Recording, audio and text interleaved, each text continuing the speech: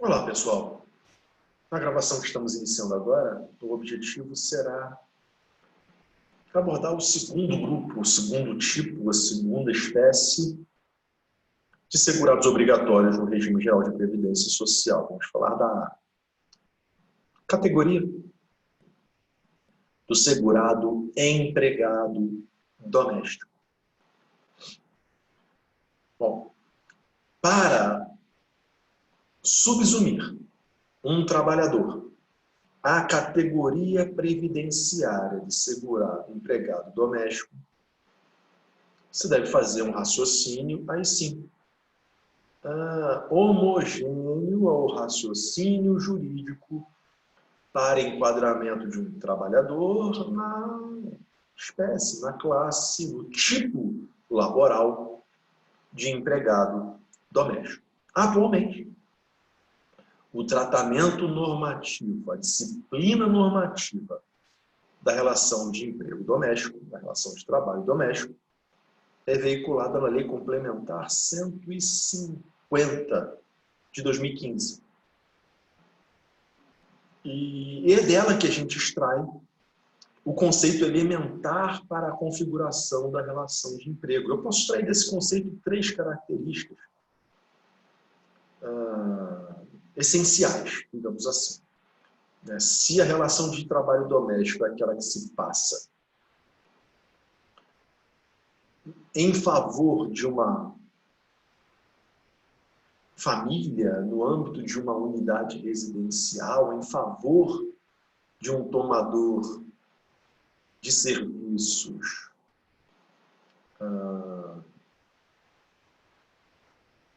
que se vale da prestação do labor em favor de um proveito familiar, eu tiro dessa a primeira ilação, essa primeira característica, esse primeiro requisito de configuração da relação de emprego doméstico. Trabalho doméstico é aquilo que se faz no âmbito residencial de uma pessoa ou de uma família. Então, é o caráter residencial, é o ambiente residencial, o primeiro fator determinante para a configuração dessa relação de emprego doméstico. E eu não estou falando, não confundo as coisas, eu não estou falando com uma suposta exigência do trabalho ser exercido da porta de um domicílio para dentro dos muros ou dentro do espaço de um apartamento ou de um imóvel residencial familiar. Basta a gente pensar no exercício profissional de um jardineiro, de um motorista, talvez em famílias mais abastadas, até no piloto de um helicóptero de uso estritamente familiar. Então, é o motorista que leva, sei lá, as crianças para a escola, as crianças para o curso de inglês, o patrão, né, o empregador doméstico para jantar fora, que leva, sei lá, ao clube, que atende estritamente às necessidades familiares no exercício da sua profissão. Mesmo que ele exerça a sua profissão em céu aberto, ou exposto, ou da porta da casa para fora, ele é empregado doméstico.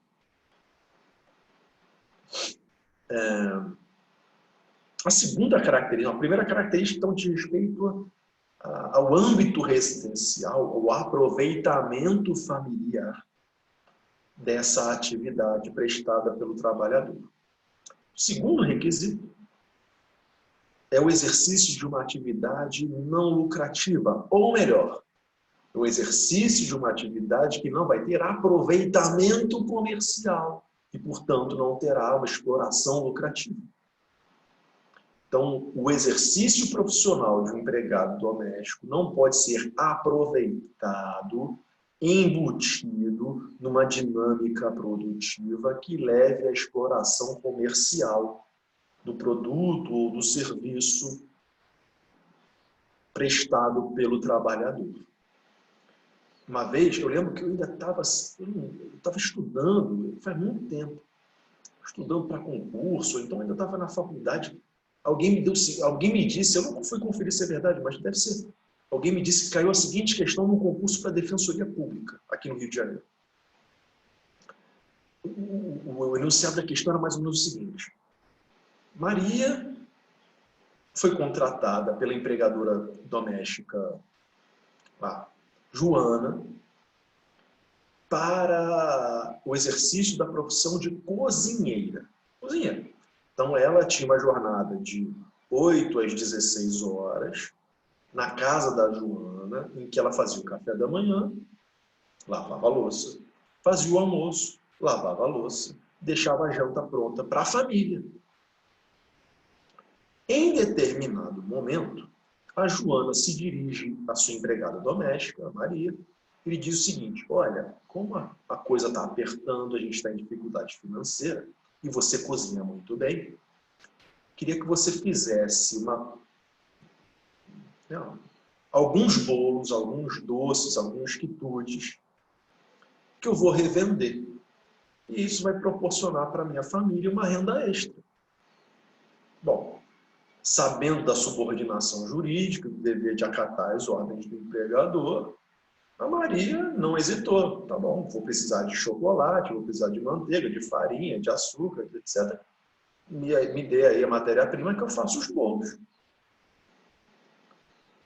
E aí era indagado do candidato, era questionado para o candidato quais eram as consequências previdenciárias diante desse cenário.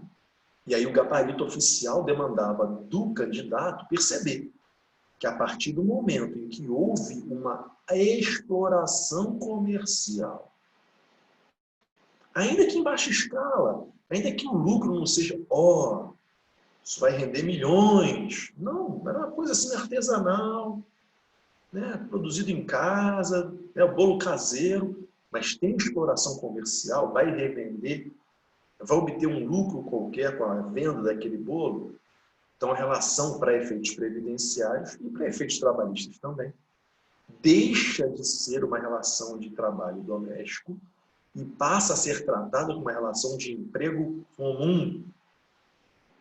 Era esse o gabarito oficial da questão. Então, me parece que demandava-se do candidato saber que o segundo requisito para a caracterização de uma relação de emprego doméstico, de trabalho doméstico, é a inexistência de exploração comercial ou de exploração lucrativa dos serviços prestados pelo trabalhador. Do contrário, a situação jurídica do trabalhador não se acomoda à figura do emprego doméstico. Você vai ter que